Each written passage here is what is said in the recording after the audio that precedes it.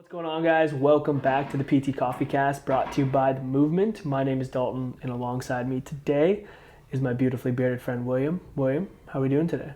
I'm doing good. Just ready to go. We got some good coffee, although I'm a little bit disappointed we didn't try our new bag of coffee, but we got to finish off the existing bag that we have. Yeah, we'll save the Christmas blend, which is already post-Christmas, for even farther away from Christmas time, just to rebring the spirit. Lauren, our awesome client experience manager, was in charge of ordering the coffee yesterday, or 2 days ago, and had this inner dialogue with herself, like, is it bad to order the holiday blend, like, after the holidays? And we both just look at each other like, nah, we're doing it. We're keeping the spirit alive. Yeah, exactly. But guys, we're pumped to have you back. We're excited to dive into today's episode. So before we do that, though, make sure you guys are subscribed to the podcast on your podcast platform, whether that be Apple Podcasts, Spotify, whatever it may be. Make sure you guys are following us on Instagram. We'll put out clips from the podcast there at PT Coffee Cast. And then if you want to see our beautiful faces on YouTube, head over to the YouTube channel, subscribe there. You'll get the full episodes on that channel. We're really hoping to boost the YouTube up this year. That's a goal of ours. So we're super stoked about that. And then make sure you check out themovementmentorship.com for all things mentorship and the podcast as well. But let's dive into it. So today we're going to talk about two things we think you guys should try on a follow-up session.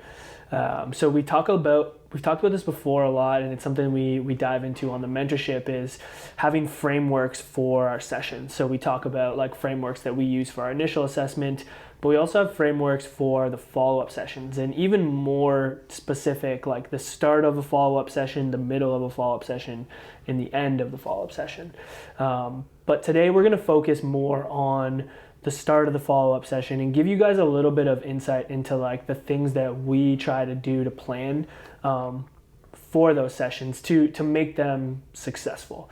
A lot of times people feel like they're rushed, which maybe you are. So having a plan and having a framework is actually going to allow for those sessions to go a lot more smoothly than just kind of running around with your head cut off.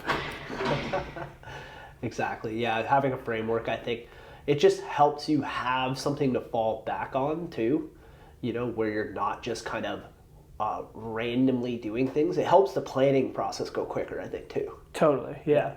So basically what we're going to do is we're going to set a little scenario out, and we're going to reverse engineer that scenario to show you guys how we would set up for something like this. So the scenario is someone who is dealing with anterior knee pain while they squat, and they're a bit fearful about squatting deep because of the pain that they get in their knee.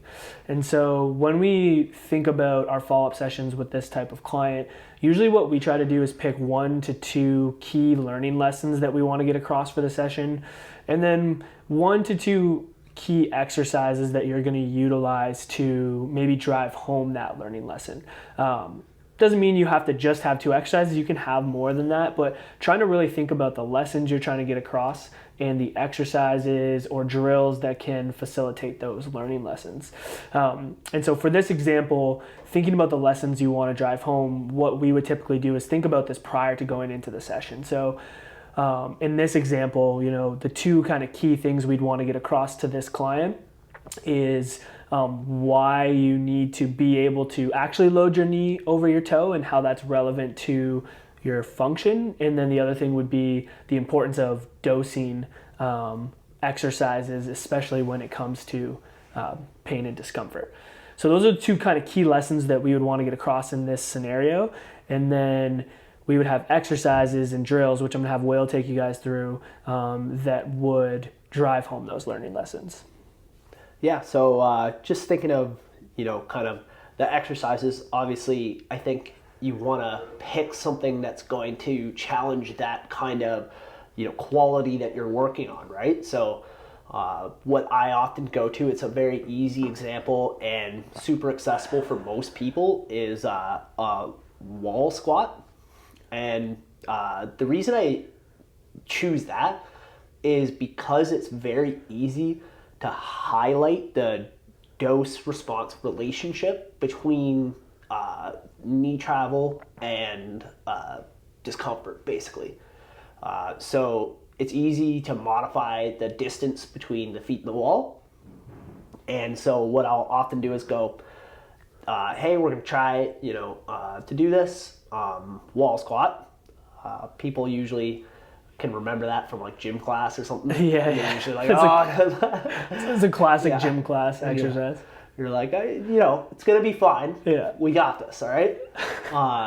And then I'll show them like, hey, this is like how you can change the amount of knee over toe, right? And that's very important because what we want to find is the appropriate spot on the continuum of knee over toe loading, so that you can tolerate it and you can scale up over time.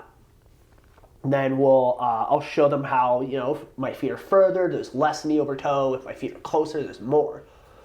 Then I'll have them try it with their feet far out and just kind of go until they find like a zone that is appropriate for them. And then we'll start, we'll kind of like dial that in, like what they're going to do. And I think that exercise is great because it really brings to the forefront all those discussion points, right? Like we can talk about why it's actually okay for their knees to go over their toe. We can talk about how the dosing matters and they're feeling it during that movement and conversation.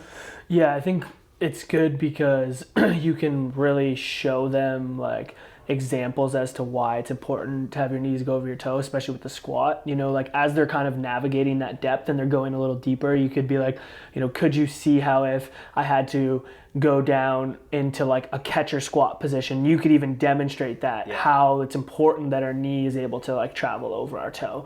And you could also show them like as they move their feet closer to the wall and they go down, how that's gonna allow for the knee to travel over their toe. And I think you could tie in the fear thing with that too, because people are probably a little bit nervous as they're getting lower. And a lot of times in the wall squat, you're in control a lot more as the client, because like you can go slow, the wall's there to support you, you feel a little bit safer. And so you can have people kind of like push into that and they can really see, and you can also point out like, hey, look, like your knee is starting to come more over your toe. We're loading that. It's tolerable. It's okay. And that can reinforce that like lesson of like someone who's fearful of that type of movement. And then you can also tie into like how functionally you're going to be exposed to that if you're bending down, squatting down to pick anything up off the floor or pick up your kid or whatever's relevant to their goals in that circumstance. Exactly. And I think that you hit a lot of really good points there, because like it really isn't a magic exercise or anything like that, right? It just fits the purpose of what we talked about before that we're trying to achieve. And it's a good option to try for someone who is really fearful, because it kind of provides like a sense of safety, and I think allows the person to experiment with some constraints, right? Totally. But if, the situation was different and the person wasn't really concerned about knee over toe, but they still had knee pain, I might do something like maybe they were a bit more of an advanced lifter or something like that. I might do something more advanced, right? And start from there. There's other options, but you're reverse engineering. You're going like, what's the goal? What are the key learning points that we need to hammer home? And then you're selecting your options.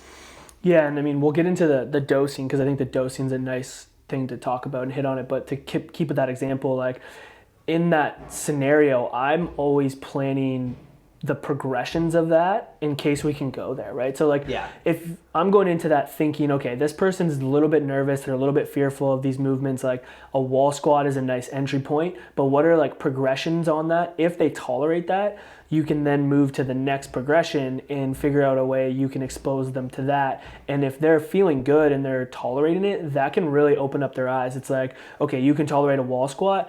hey, how about we just try going and doing like a goblet squat to a box? Like, let's see what that looks like and try and tolerate that. And then if they're able to tolerate that, it's like, cool, let's go to the next progression. And so you're always having those in your head in case you go there.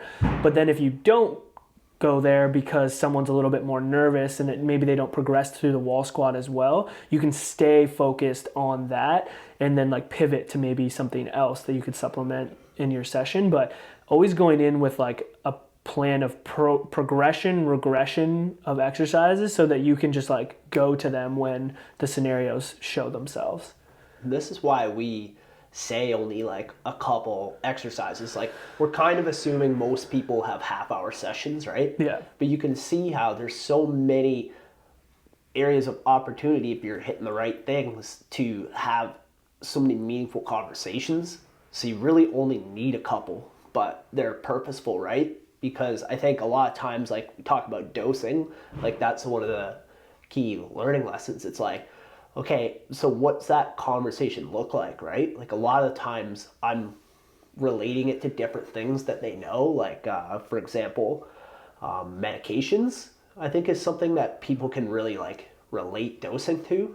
You know, if you have a little bit of the medication that's like the right dose, then it's good, right? But if you overdo it, then it's not good, right? So it's the same, Yeah, definitely. same stimulus, right? Right. But, you know, very different responses. Right. And also, you don't always notice immediately. Like, you don't take a pill and go, oh crap, I overdid it. Yeah. It's 2 hours later or whatever that it hits you, right? And so that's kind of like gets into the dosing and monitoring and why sometimes you do want to err on the side of like caution and start a little bit less intense and then monitor the response. Yeah, and I think that's a great like a way to think about it, right?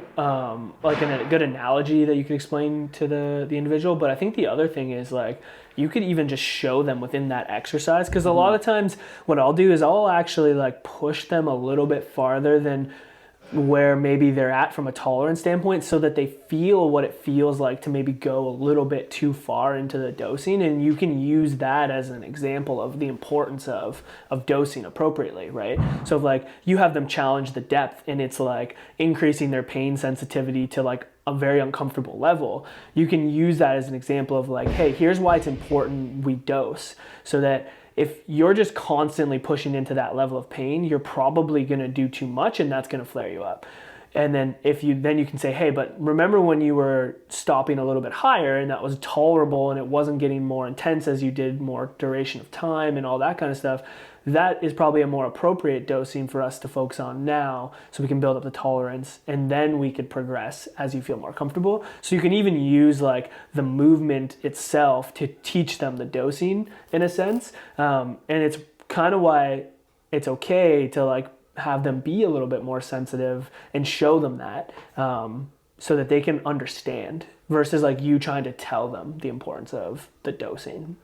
The key thing, I think, you know, like the purpose of kind of what we're talking about is like, we're thinking of all this stuff before the session. Yeah. You know, like, and you might go a slightly different direction, but it's you know, different routes to the same desired outcome. Right. You know? And that's why it's important to go in with a framework and an idea of like key things you want to hit on and some examples, exercises to reinforce that, because you don't know where the session's going to go. It's so dynamic and fluid. If you're very rigid to that, it's kind of where the art comes in. It's like you then need to navigate and change and move with the client. It's like a kind of team effort. And so having those things, the framework allows you to just, okay, as long as I'm sticking to the framework, I know I'm going to get what I need done, but whatever happens within that is going to change a little bit, and that's okay. And that's actually better and probably makes it more individualized to the client than having this like very rigid, like, okay, 1, 2, 3, 4, 5, 6, 7 exercises I'm going through. I'm just trying to get through these because I need to get through them because I think that's what they want and I don't have a lot of time and I'm just going to do that, right? That's not as individual or as client-centered as like what we're talking about.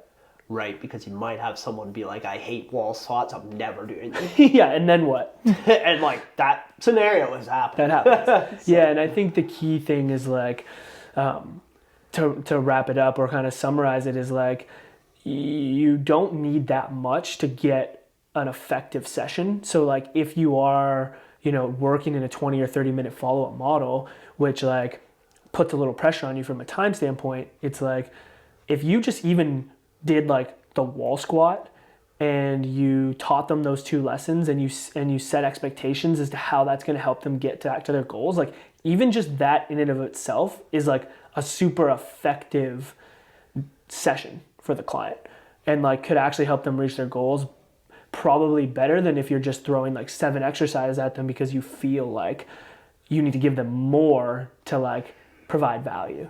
Exactly. And we didn't talk about it too much, but it kind of ties into like the 3 things we try to accomplish at the start of a session, which is like reconnect, which is just naturally trying to build rapport with the client, reassess, which in this case you would probably reassess their squat and just see how the tolerance to that deep squatting is, and then setting expectations. And I think that's the key one in this scenario, is setting the expectations of, hey, here are the 2 things that I want to work on today and what we want to try to get across. And here's the 1 to 2 exercises that we're going to use to facilitate that, so that we can get you closer to back squatting again. And as long as you set those expectations leading into that session, when you only provide them with 1 to 2 exercises, they're okay with that because that's the expectation that was set at the start. And it also allows for dialogue if they're like, well, why am I only getting 2 exercises? And then it gives you the control to say, here's why you're getting only 1 to 2 exercises. And then everyone's on the same page, like moving into that session. Exactly. Yeah, and that's that setting expectations thing, I think, is probably the most important thing there. It's like, hey, like, these are the couple things that we're going to do today. 1, because like it just gets you in agreement, but 2, because they may have something that they are like, actually, I want to do this. Right. Right? And if you just start going through the session, you may miss something where they're like, hey, actually this more pertinent thing came up. I need you to have a look at this, or like... And that's going to change the whole session. But Yeah. again, like the setting expectations is key so that comes out, or so that they know what to expect. Exactly. If they don't have anything new. Yeah. Yeah, and I think since kind of looking at it in this framework, it's really helped just with like clarity and like how to plan a session and how I want that to go. Yeah, totally. So I think that's good. That's it. I think we'll leave it there. So just to summarize, guys, like the key things is like going into your session thinking about 1 to 2 lessons that you want to get across to the client, and then using 1 to 2 exercises to facilitate those lessons. Now we're using like 1 to 2 exercise example because a lot of times people don't have an hour session, which we have. And if you have a 30-minute session, I do think 1 to 2 exercises is enough. Now, it might be more than that, but the idea is that you don't need 1,000 exercises to get across the points that you need to get across. And then the importance of reconnecting, reassessing, and setting expectations for that follow-up session at the start are the key things to put you in a really good position to have success with that client on a follow-up session. Mm-hmm. Yeah, we're assuming a lot of people have 30-minute sessions, but if you want to know about what like hour-long sessions look like and how we kind of structure those, let us know. We would definitely talk about that. We just kind of assume most people do half-hour sessions, but we definitely have some different thoughts on like how we kind of lay out a full hour. So yeah, if you want to hear about that, just let us know. Totally. And you can let us know by sending us a DM on Instagram at PT Coffeecast, which if you aren't following us there, you should definitely follow us. If you aren't subscribed to the podcast, subscribe on your podcast platform, Apple Podcasts, Spotify, Google Podcasts. That way you don't miss out on any episodes. If you want to see our beautiful faces, our beautiful socks, head over to the YouTube channel, subscribe to the YouTube channel there. We put out the video episodes on that platform. And then lastly, check out the website, themoonmentorship.com, about all things mentorship if you guys are interested in working with us from a mentorship standpoint. But that's all we got for today, guys. As always, stay caffeinated. Peace.